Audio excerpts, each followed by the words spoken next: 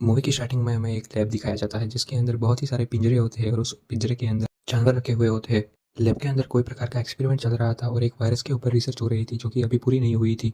पिंजरे के अंदर चिंपांजीज रखे हुए थे और इन चिंपांजीज के अंदर उस वायरस को डाल के उसका टेस्ट किया जा रहा था। ये वायरस को चिंपांजीज के अंदर डाल के जो चिंपांजी थे वह बहुत ही ज़्यादा एग्रेसिव हो गए थे। तभी वहाँ पर एनिमल लिबरेशन नाम की टीम आ जाती है। यह टीम थी कि वह सीक्रेट तरीके से एनिमल के ऊपर हो रहे प्रचार के ऊपर काम करते थे और एनिमल की सुरक्षा करते थे। तभी वह देखती है कि पिंजरे के अंदर सभी जानवर को बंद कर दिया गया है और उसके ऊपर वायरस का एक्सपेरिमेंट चल रहा था। तभी उसे पता चलता है कि इस लैब के अंदर चिंपांजी को बहुत ही ज़्यादा टॉर्चर किया जा रहा था। सभी जानवरों को इस लैब के अंदर इलीगल तरीके से रखा हुआ था। इसी कारण के लिए वह लोग इस लैब के अंदर आए थे क्योंकि वह इस चिंपांजी को छुड़ा सके। तभी वह चिंपांजी जिस पिंजरे में बंद थे उस पिंजरे को खोल रही होती है। तभी लैब का एक डॉक्टर उसे वह खोलने के लिए मना करता है और वह कहता है कि आपको पता भी नहीं है कि इस चिंपांजी के अंदर कौन सा वायरस है और अगर आप इसको खोलने के बाद उसके पास भी जाते हैं तो वह आपको पता भी नहीं है कि वो आपके साथ क्या कर सकता है। लेकिन वह टीम किसी की भी नहीं सुनती और वह एक लड़की उस पिंजरे को खोल देती है। तभी पिंजरा खोलने के वक्त वह चिंपांजी, जैसा कि उस डॉक्टर ने बताया था कि वह लोग एग्रेसिव है, और सीधा चिंपांजी बाहर निकलकर उस लड़की के ऊपर हमला कर देता है और वह लड़की को काट देता है। थोड़ी देर के बाद लड़की अजीबोगरीब तरीके से खड़ी हो जाती है। उसकी आंख का कलर बदल जाता है और उसके मुंह में से खून की उल्टियाँ करने लगती है। वह खून उसके टीममेट के ऊपर भी जाता है और उसके साथ साथ वह भी इन्फेक्टेड हो जाता है। लैब का डॉक्टर उस लड़की को मारने की कोशिश करता है लेकिन गुस्से के कारण वह लड़की उसे पहले ही उस डॉक्टर को मार देता है। उसके बाद यह वायरस जल्दी से सबके अंदर फैलना शुरू हो जाता है।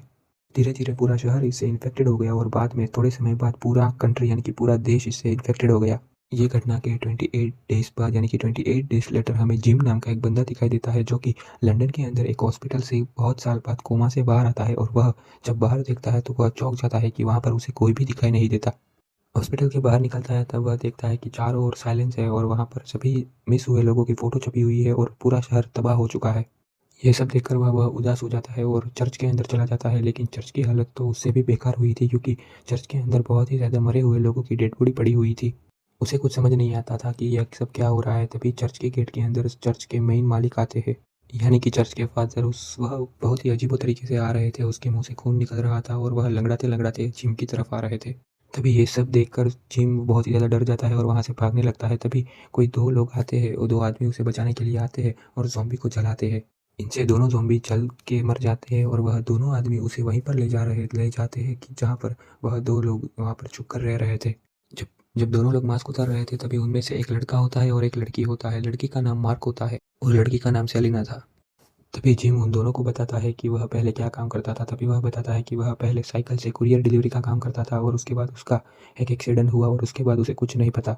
और कहता है कि उसके बाद से मैं आज उठा और आज मैंने उठकर ये सब देखा और उसे कुछ भी पता नहीं चल रहा कि दुनिया के अंदर क्या चल रहा है। तभी वो लोग दो लोग उसे जिम को बताते हैं कि एक वायरस ने अब पूरे शहर को झड़प लिया है और उसके अंदर आर्मी वाले और गवर्नमेंट वो लोग भी कुछ भी नहीं कर सकी। और कहते हैं कि इसके अंदर गवर्नमेंट भी कुछ नहीं कर सकती और कहते हैं कि पिछले 6 दिनों के अंदर हमें तुम अकेले एक बंदे मिले हो जो कि सर्वाइव कर रहे हो। और दोनों लोग वह भी कहते हैं कि उसके माता-पिता भी अब उसकी ज़िंदगी में नहीं रहे, लेकिन जिम उसके माँ-बाप को ढूँढना चाहता था, इसीलिए अगली सुबह वह उसके घर चला जाता है और उसके साथ वह 2 लोग भी आते हैं और वह जैसे ही वहाँ पर घर पे जाके देखता है तभी उसे पता चलता है कि जिम के माँ-बाप ने अपने आप ही सुसाइड कर लिया था। और वह एक चिट्ठी भी छोड़ते हैं जिसमें उसके माँ-बाप कहते हैं कि हम दोनों सोते-सोते ही मर जा रहे हैं और तुम्हें भी सोने दे रहे हैं। और ये सुनकर जिम बहुत ही ज़्यादा उदास हो जाता है और रोने लगता है। इसके बावजूद भी लेकिन जिम को ये मानना ही पड़ेगा कि उसके माँ-बाप अब इस दुनिया के अंदर नहीं रहे। अब वो तीनों अब वो तीनों जिम के घर स्टे कर लेते हैं क्योंकि अब अगर वह शेल्टर पे जाते हैं तो बहुत ही ज़्यादा अंधेरा हो गया था। तभी रात में 2 ज़ॉम्बी उसके घर के अंदर जिम पर हमला कर देते थे और वह 2 ज़ॉम्बी उसके पड़ोसी थे, जो कि अब ज़ॉम्बी बन चुके थे। फिर वह तीनों मिलकर उस दोनों ज़ॉम्बी को मार देते हैं, लेकिन उसकी फाइट के दौरान मार्क को एक ज़ॉम्बी ने काट लिया था, इसीलिए सेलेना बिना कुछ सोचे समझे उसे भी अपने दोस्त मार्क को भी मार देती है थी, क्योंकि अगर किसी को काट ना सके। अब जिम और सेलेना 2 लोग ही बचते हैं। तभी वह एक दूर बिल्डिंग के अंदर लाइट देखते हैं जो कि जल रही थी। उससे उसे पता चलता है कि अभी कोई और भी है जो ज़िंदा बचा हुआ है। तभी वह लोग उस बिल्डिंग के अंदर चढ़ने की शुरुआत कर रहे होते हैं, तभी उन लोगों के पीछे ज़ॉम्बी पड़ जाते हैं। ज़ॉम्बी उन पर अटैक करने ही वाले थे, तभी एक आदमी उसे बचाकर अपने घर ले जाता है। इस बंदे का नाम फ्रैंक है, जो कि वही बंदा है जो बाहर लाइटिंग बिल्डिंग के अंदर शुरू कर रहा था, और वह अपनी छोटी बेटी एना के साथ वहाँ घर पर रहता है और उसके बाद यह इन दोनों को भी अपने घर के अंदर ले लेता है। और फ्रैंक उन दोनों को बताता है कि यहाँ से कुछ टाइम से एक ट्रांसमीटर रेडियो चल रहा है, जिसमें यह बताया जा रहा है कि इस ज़ॉम्बी से बचने का एक ज़रिया है और वह लोग उसकी सब लोगों की मदद भी कर रहे थे। लेकिन ये बात सुनकर सेलेना को बिल्कुल भी यकीन नहीं हो रहा था और वह कहती है कि ये लोग हमें क्यों बचाएँगे? लेकिन सेलेना और जेम के पास ये बात मानने के अलावा कोई भी ऑप्शन नहीं था, इसलिए वह लोग ये बात मान लेते हैं और अपनी लोकेशन के लिए जाने के लिए निकल जाते हैं। तभी कार के अंदर जा रहे होते हैं और रास्ते में एक टनल आती है। तभी वह लोग जिम और सेलेना कहते हैं कि यह रास्ता बहुत ही ज़्यादा खतरनाक है, लेकिन फ्रैंक उसे कहता है कि लेकिन यही रास्ते से हम लोग बहुत ही ज़्यादा जल्दी वहाँ पर पहुँच सकते हैं। तभी वह लोग कार को टनल के अंदर डालते हैं और जैसे ही वह थोड़ा आगे बढ़ते हैं तभी फ्रैंक के कार का जो अगला टायर है वह पंचर हो जाता है। जैसे ही वह लोग टायर बदलने के लिए बाहर निकलते हैं तभी वह लोग देखते हैं कि उसके पीछे बहुत ही सारे ज़ॉम्बी आ रहे थे। ज़ॉम्बी उन लोगों तक पहुँचे उससे पहले वह गाड़ी का टायर बदल कर वहाँ से भाग जाते हैं। 2-3 दिन बीतने के बाद वह उस लोकेशन पर पहुँच जाते हैं जिसकी लोकेशन गवर्नमेंट यानी कि आर्मी वालों ने दी थी। लेकिन वहाँ पर देखते हैं तो उसे कोई भी नहीं मिलता। इसके बाद सेलेना कहती है कि हमें यहाँ से वापस चलना चाहिए। तभी फ्रैंक ऊपर दिखता है, तब वहाँ पर उसे कौवे ज़ॉम्बी को खा रहा था उसके अंदर से एक खून का बूँद उसकी आँख के अंदर गिर जाता है और उसके बाद वह भी इन्फेक्टेड हो जाता है। फ्रैंक उसकी बेटी के पास नहीं जा रहा था, लेकिन उसकी बेटी जैसे ही फ्रैंक के पास आ रही थी तभी फ्रैंक उसे धक्का मार दे रहा था और उसके बाद वहाँ पर आर्मी वाला आ जाता है और उसको मार डालता है। बाद में वह आर्मी वाला उन लोगों को गाड़ी में बिठाकर उसके अड्डे पर ले जा रहा होता है। वहाँ पर उनकी मुलाकात मिस्टर हेनरी से होती है जो कि उसे यकीन दिलाते हैं कि वह लोग यहाँ पर सेफ है, क्योंकि उन लोगों ने ऐसी व्यवस्था कर रखी थी कि उसके एरिया के अंदर कोई भी ज़ॉम्बी नहीं आ सकता और अगर कोई भी ज़ॉम्बी उसके एरिया के अंदर आ भी जाता है तब वहाँ पर सायरन बजता है और उसके बाद वह लोग उसे मार डालते थे। लेकिन इन लोगों के पास भी वायरस का कोई भी एक परमानेंट इलाज नहीं आया था। बाद में मिस्टर हेनरी जिम को एक मिलर ऑफिसर से मिलाता है जो कि 2-3 दिन पहले ही ज़ॉम्बी बना हुआ था। दरअसल वह ये देखना चाहता था कि ज़ॉम्बी कितने दिन बगैर फूड के बिना रह सकते थे, कितने दिन वह जी सकते थे और उस ज़ॉम्बी को चेन से बंधा हुआ होता है क्योंकि वह सबसे इन्फॉर्मेशन लिया करते थे। बाद में जब रात में वह लोग डिनर कर रहे होते हैं तभी उन्हें एक ब्लास्ट का साउंड आता है और उसे पता चलता है कि बहुत सारे ज़ॉम्बी उन लोगों के एरिया के अंदर आ रहे हैं। तभी वह लोग अपनी गन्स के ज़रिए उन सभी ज़ॉम्बीज़ को मार देते हैं। बाद में जब वह लोग अंदर आते हैं तभी एक आर्मी ऑफिसर सेलिना के साथ बदतमीजी कर रहा होता है। यह देखकर जिम उसे मारने लगता है। तभी मिस्टर हेनरी उसके ऊपर अपनी आर्मी डाल देता है और बाद में सभी लोगों को पता चलता है कि ये तो एक फेक न्यूज़ थी, क्योंकि ये आर्मी वाले लोगों ने तो सिग्नल इसीलिए दिया था कि वह इस सिग्नल से लड़कियों और बाकी लोगों को बुला सके और लड़कियों का गलत इस्तेमाल कर सके।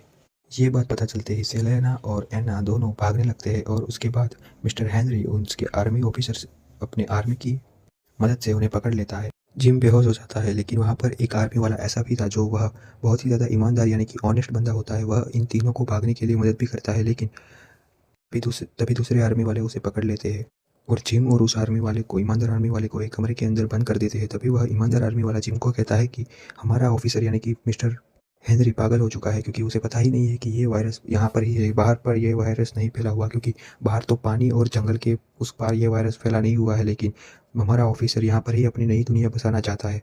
तभी मिस्टर हेनरी जिम और उस ईमानदार पुलिस वाले को मारने के लिए जंगल के अंदर ले जाता है। वहाँ पर वह उस आर्मी वाले को मार देता है, लेकिन उस आर्मी वाले को मारने के बाद जिम वहाँ पर बचकर निकल जाता है और जख्मी हो जाता है। तभी जिम आसमान के अंदर एक प्लेन देखता है और उसे याद आता है कि जो ईमानदार आर्मी वाला कह रहा था वह बिल्कुल ही सच कह रहा था, क्योंकि बाहर ऐसे भी लोग हैं जो नॉर्मल ज़िंदगी जी रहे हैं। और दूसरी तरफ सेलेना और एना को बंदी बना गया लिया था। उसको बचाने के लिए जिम वहाँ पर उसे बचाने के लिए एक प्लान बनाता है और वह बाहर लगा हुआ ज़ॉम्बी वाला सायरन बजा देता है। इसी वजह से मिस्टर हेनरी उसकी आर्मी को लेकर वहाँ पर जाता है, क्योंकि वह ज़ॉम्बी को मार सके। तभी जिम वहाँ पर सभी आर्मी वाले को मार देता है, लेकिन मिस्टर हेनरी वहाँ से बचकर भाग जाता है।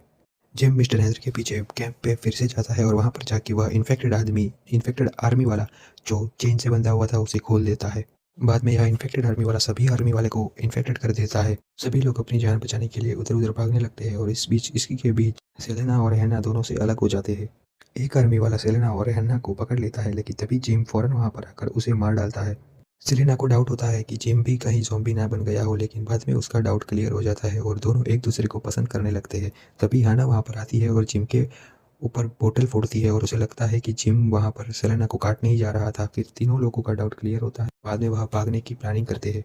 वह कार के अंदर भागने के लिए जा रहे होते हैं, लेकिन जैसे ही वह कार का दरवाज़ा खोलते हैं तभी उसे पता चलता है कि कार के अंदर ही मिस्टर हेनरी यानी कि ऑफिसर बैठा हुआ है। वह जिम को शूट करता है और कहता है कि तुमने मेरे सभी सोल्जर को मरवा दिया।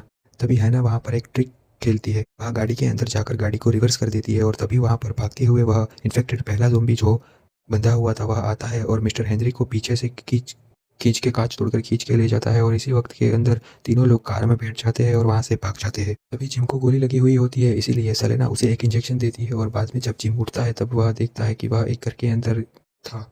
बाद में वह जहाँ पर रह रहे थे वहाँ से एक प्लेन गुजरने की आवाज़ आ रही होती है, इसीलिए तीनों मिलकर एक सफ़ेद कपड़े से SOS यानी कि हेल्प का इमरजेंसी का मैसेज डालते हैं और वहाँ से उसे प्लेन के द्वारा पिकअप करके बचा लिया गया था।